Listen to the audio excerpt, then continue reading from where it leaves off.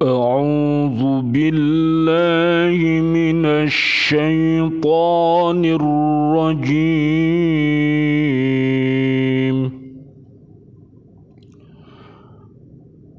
بسم الله الرحمن الرحيم.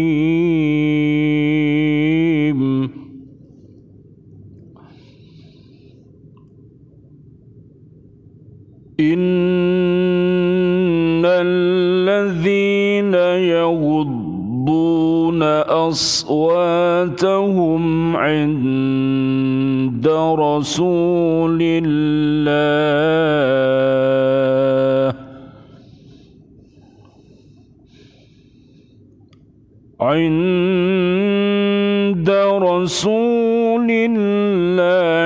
أولئك الذين امتحن الله قلوبهم للتقوى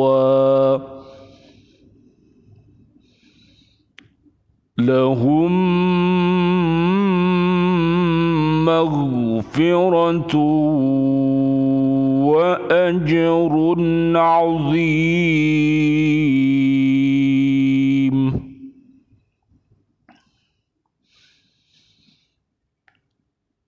إن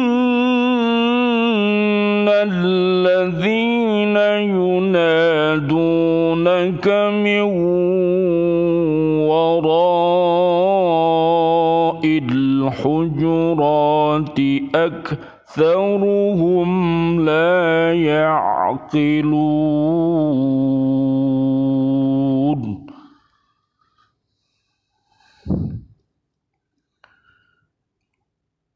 Wahai orang-orang yang beriman, janganlah kamu meninggikan suaramu melebihi suara Nabi,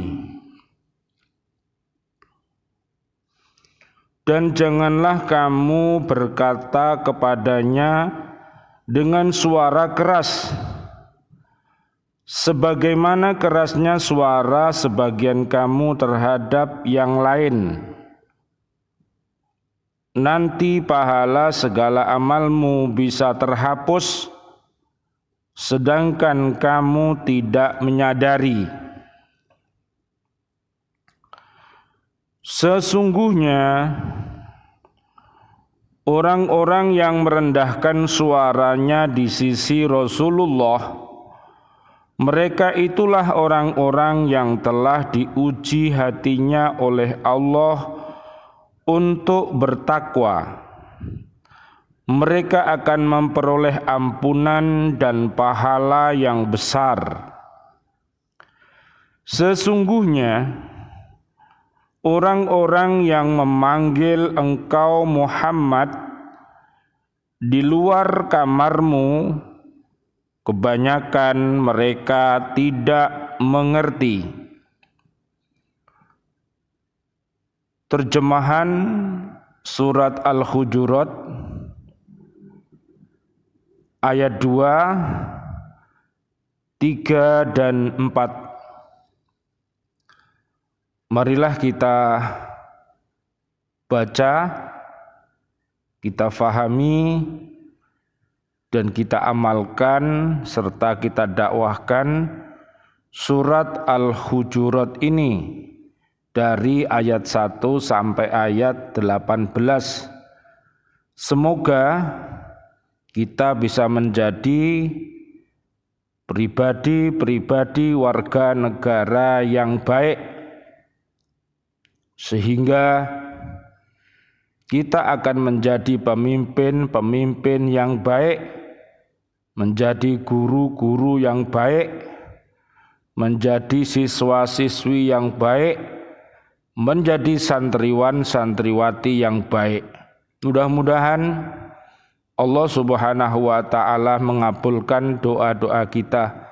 Allahumma khtim lana bihusnil khatimah wa na'udzubika min su'il khatimah wa na'udzubika min corona wa na'udzubika minal kafirin wa na'udzubika minadh dhalimin wa na'udzubika minal fasikin wa na'udzubika minal musyrikin.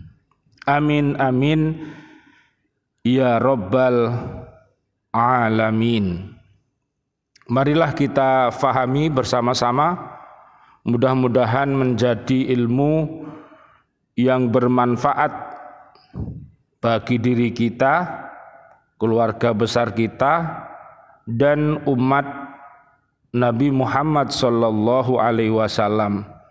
Jangan lupa kita semuanya ini adalah Abdullah, yaitu hambanya Allah subhanahu wa ta'ala yang harus beribadah dan memohon pertolongan hanya kepada Allah subhanahu wa ta'ala.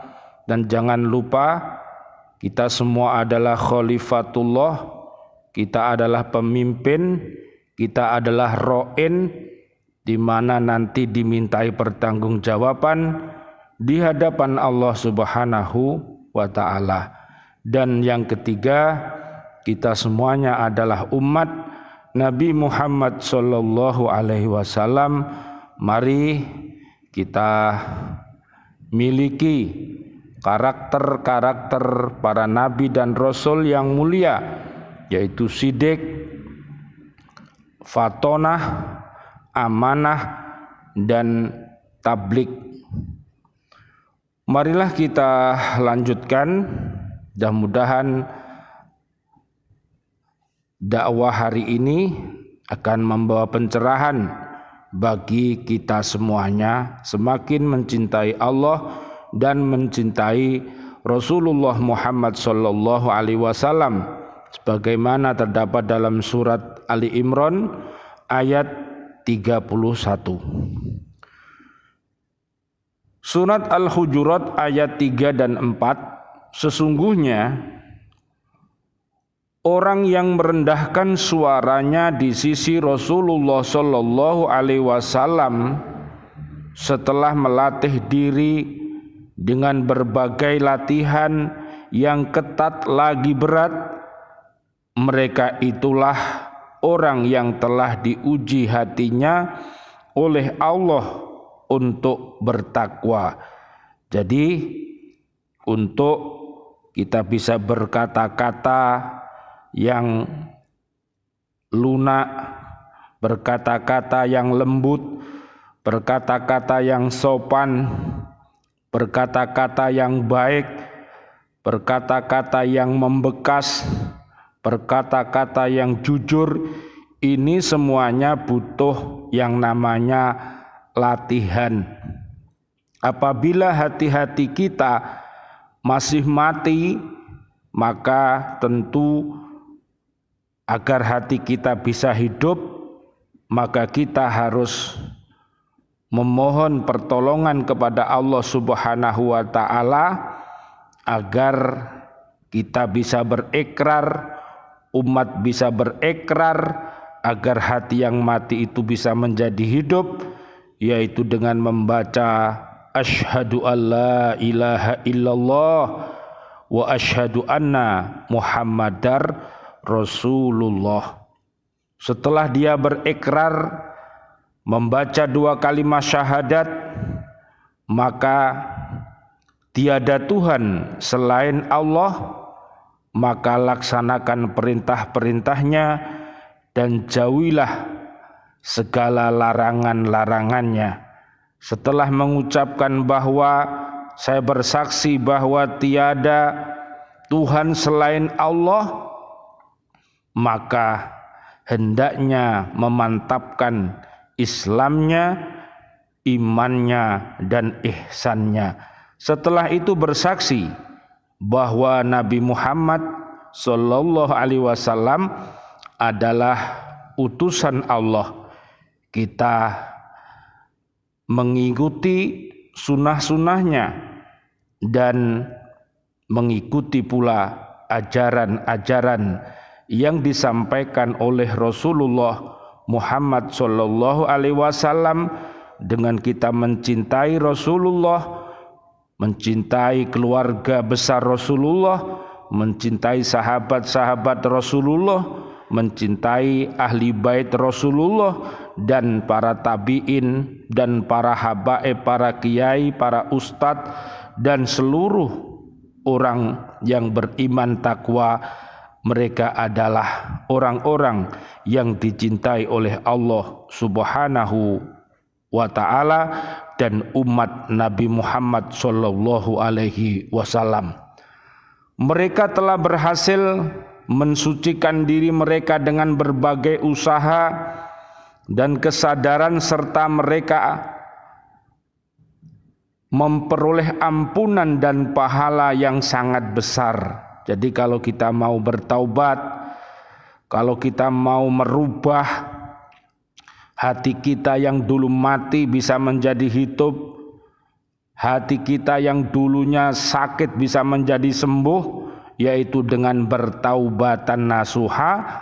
Maka pada saat kita memulai bertaubatan nasuha dan mau kembali kepada Allah Subhanahu wa ta'ala dan mentaati Rasulullah Muhammad sallallahu alaihi wasallam, maka seluruh dosa-dosa kita akan mendapatkan ampunan dari Allah Subhanahu wa ta'ala, dan kehidupan kita hari demi hari, bulan demi bulan, tahun demi tahun akan berada di dalam nikmat, akan berada di dalam rahmatnya Allah Subhanahu wa ta'ala. Bisa kita lihat dalam surat 30, surat Ar-Rum ayat 30 sampai 46, atau surat Ali Imran ayat 132 sampai 136. Diriwayatkan oleh Imam Ahmad dari Mujahid bahwa ada sebuah pertanyaan tertulis yang disampaikan kepada Umar, "Wahai Amirul Mukminin, ada seorang laki-laki tidak suka akan kemaksiatan dan tidak mengerjakannya, dan seorang laki-laki lagi yang hatinya cenderung kepada kemaksiatan tetapi ia tidak mengerjakannya. Manakah di antara kedua orang itu yang paling baik?" Umar menjawab dengan tulisan pula, "Sesungguhnya orang yang hatinya cenderung kepada kemaksiatan akan tetapi tidak mengerjakannya, mereka itulah orang-orang yang telah diuji hati mereka oleh Allah untuk bertakwa. Bagi mereka ampunan dan pahala yang besar." Mari kita lanjutkan ayat yang keempat dari surat Al-Hujurat ini. Mudah-mudahan apa yang kita kaji pada hari ini dibarengi hidayahnya Allah Subhanahu wa ta'ala, bi'aunillah, bi'idnillah, biridhoillah. Amin amin ya rabbal alamin. Dalam ayat ini Allah memberikan pelajaran kesopanan dan tata krama dalam menghadapi Rasulullah sallallahu alaihi wasallam. Allahumma sholli wa sallim alaihi. Terutama dalam mengadakan percakapan dengan beliau. Rasulullah sallallahu alaihi wasallam selama di Madinah tinggal di sebuah rumah di samping Masjid Madinah. Di dalam rumah itu terdapat kamar-kamar yang berjumlah 9 buah. Dari masing-masing diisi oleh seorang istri Nabi. Bangunan tersebut dibuat sangat sederhana, atapnya rendah sekali sehingga mudah disentuh oleh tangan, dan pintu-pintunya terdiri dari gantungan kulit binatang yang berbulu. Pada masa Khalifah Al-Walid bin Abdul Malik, kamar-kamar itu dibongkar dan dijadikan halaman masjid. Hal itu sangat menyedihkan kaum mukminin di Madinah. Sa'id bin Al-Musayyab merespon dan berkata, "Saya suka sekali jika kamar-kamar istri Nabi itu tetap berdiri dan tidak dirombak, agar generasi mendatang dari penduduk Madinah dan orang-orang yang datang dapat meneladani kesederhanaan Nabi Muhammad sallallahu alaihi wasallam dalam mengatur rumah tangganya. Ibnu Ishaq menerangkan dalam kitab sirahnya bahwa tahun ke-9 Hijriah itu merupakan tahun mengalirnya para delegasi dari seluruh jazirah Arab setelah pembebasan Makkah seusai perang Tabuk, dan kabilah Saqif dari Taif masuk Islam dan ikut membaiat Rasulullah sallallahu alaihi wasallam. Maka datanglah dengan berduyun-duyun berbagai delegasi ke Madinah untuk menemui Rasulullah Muhammad sallallahu alaihi wasallam. Allahumma shalli wa sallim alaih. Diriwayatkan oleh Ibnu Jarir dari Zaid bin Arqam bahwa sekumpulan orang-orang Badui berkata kepada kawan-kawannya, marilah kita menemui laki-laki yaitu Muhammad itu. Apabila ia benar-benar seorang nabi, maka kitalah yang paling bahagia beserta dia, dan jika ia seorang raja, maka kita pun akan beruntung dapat hidup di sampingnya.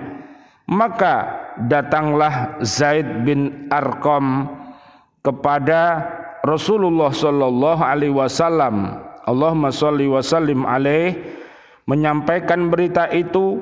Lalu mereka datang beramai-ramai menemui beliau yang kebetulan sedang berada di kamar salah seorang istrinya.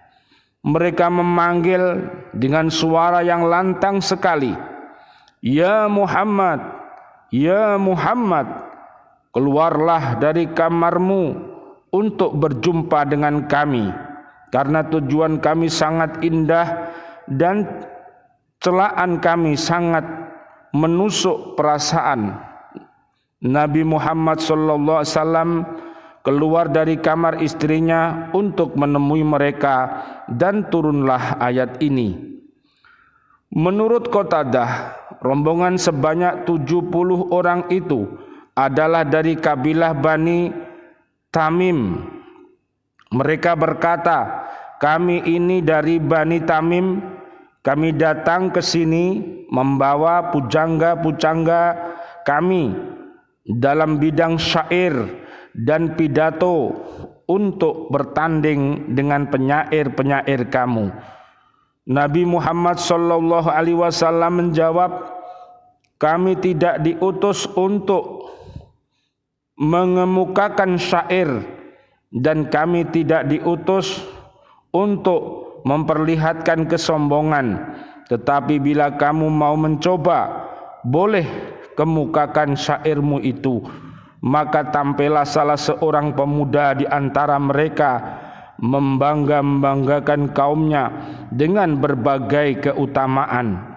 Nabi Muhammad sallallahu alaihi wasallam menampilkan Hasan bin Sabit untuk menjawab syair mereka, dan ternyata Hasan dapat menundukkan mereka semuanya. Setelah mereka mengakui keunggulan Hasan, mereka lalu mendekati Rasulullah sallallahu alaihi wasallam dan mengucapkan 2 kalimat syahadat dan sekaligus masuk Islam. Asyhadu an la ilaha illallah wa asyhadu anna Muhammadar Rasulullah. Kebijaksanaan Nabi Muhammad sallallahu alaihi wasallam dalam menghadapi delegasi dari Bani Tamim yang tidak sopan itu akhirnya berkesudahan dengan baik.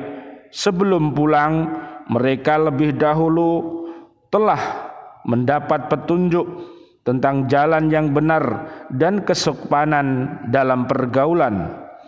Dengan tegas sekali Allah menerangkan bahwa orang-orang yang memanggil Nabi Muhammad sallallahu alaihi wasallam supaya keluar kamar istrinya yang ada di samping Masjid Madinah, kebanyakan mereka itu bodoh, tidak mengetahui kesopanan dan tata krama dalam mengadakan kunjungan kehormatan kepada seorang kepala negara, apalagi seorang Nabi Muhammad sallallahu alaihi wasallam.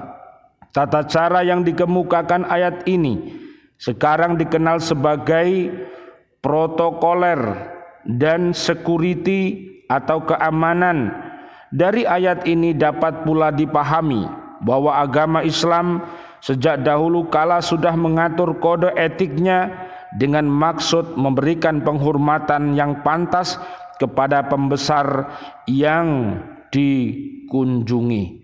Mudah-mudahan dengan ayat yang kita bahas pada pertemuan kali ini akan membawa hikmah pada diri kita, akan menjadi pribadi-pribadi yang sopan dan santun, yang tahu dirinya, sehingga dia akan mampu menghormati dirinya, mencintai dirinya, yang akhirnya bisa melahirkan kecintaan kepada Allah Subhanahu wa taala, kecintaan kepada Rasulullah Muhammad sallallahu alaihi wasallam, dan kecintaan kepada para keluarga Rasulullah dan para sahabat-sahabatnya, serta senantiasa mencintai Al-Quran dan As-Sunnah ini dengan senantiasa membacanya dan memahaminya, mengamalkannya dan mendakwahkannya. Mudah-mudahan langkah-langkah ini diridhoi oleh Allah Subhanahu wa taala. Rabbana taqabbal minna innaka antas samiul alim wa tub alaina innaka antat tawwabur rahim. Amin amin ya rabbal alamin. Wal afu minkum. Wassalamualaikum warahmatullahi wabarakatuh. Waalaikumsalam warahmatullahi wabarakatuh.